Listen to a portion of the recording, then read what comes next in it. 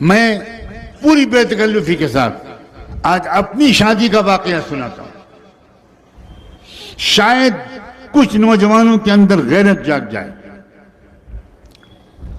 میرا رشتہ جس خاندان میں طے ہونے لگا، اعلیٰ درجے کا دیندار خاندان، یو پی کے تبلیغی جماعت کے امیر کی بیٹی حضرت شاہ عبد القادر رائے پوری رحمۃ اللہ علیہ کے خاص الخاص تربیت یافتہ کی بیٹی، اس کے باوجود میں نے خط لکھا اس لڑکی کے نام جس کے ساتھ میری شادی ہونے والی تھی، اور اپنی بڑی بہن کو وہ خط لکھ کر دیا اور کہا کہ آپ اس کو پڑھ لیجئے اور ان صاحبزادی تک اس کو پہنچا دیجئے۔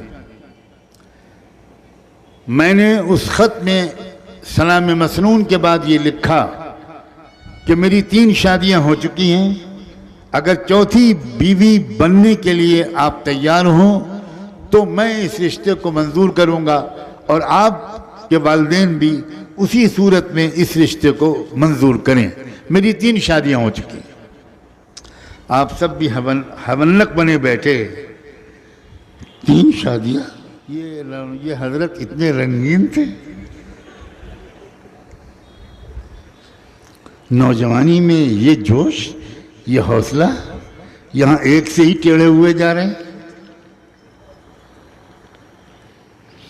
گھبراؤ مت، میں اب اگلا جملہ بتاتا ہوں۔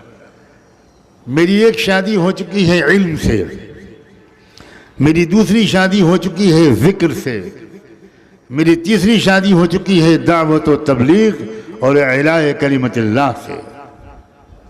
اب چوتھی بیوی بن کر ان تینوں کی سپورٹ کے لیے اگر تیار ہو تو مجھے منظور ہے، ورنہ اپنی زندگی کو مشقت میں مت ڈالو۔ میری بہن نے یہ خط پڑھا، کہا تمہارا دماغ خراب، یہ کوئی خط دینے کا ہے؟ اس طرح لکھا جاتا ہے کہ میری 3 شادیاں ہو چکی۔ میں نے کہا آپ خط پھاڑ کے پھینک دیجئے، میں نے پہلے سے اس کی نقل تیار کر رکھی، آپ نہیں بھیجیں گی؟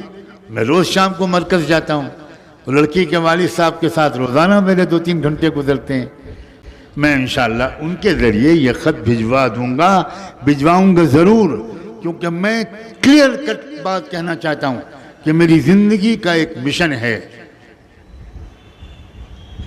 میری زندگی کا مقصد تیرے دین کی سرفرازی، میری زندگی کا مقصد تیرے دین کی سرفرازی، میں اسی لیے مسلمان، میں اسی لیے نمازی۔ ان کے والد اتنے اللہ والے تھے کہ جس وقت ان کی اہلیہ نے وہ خط ان کے ہاتھ میں دیا اور ان کے والد نے وہ خط پڑھا تو سجدہ شکر میں گر گئے۔ بہت رونے والے انسان تھے، بہت رونے والے انسان۔ مجھے بتایا گیا کہ 10-12 منٹ تک سجدے میں پڑے روتے رہے، شکر ادا کیا اور بلا تکلف اپنی بیٹی کو میرا وہ خط پکڑا دیا کہ مولانا سجاد میاں کا یہ خط تمہارے نام آیا ہے، تم اکیلے میں اس کو پڑھ لو۔ بیچاری بری طرح شرما گئی ہوگی، خط پڑھا تو میں کیا بتاؤں، میں کیسے اللہ کا شکر ادا کروں۔ اس نے نیچے اس خط میں اپنے قلم سے ایک لائن لکھا کہ میں ہر مہینے میں 3 روزے اس پر شکر کی نیت سے مرتے دم تک ادا رکھوں اس نعمت پر۔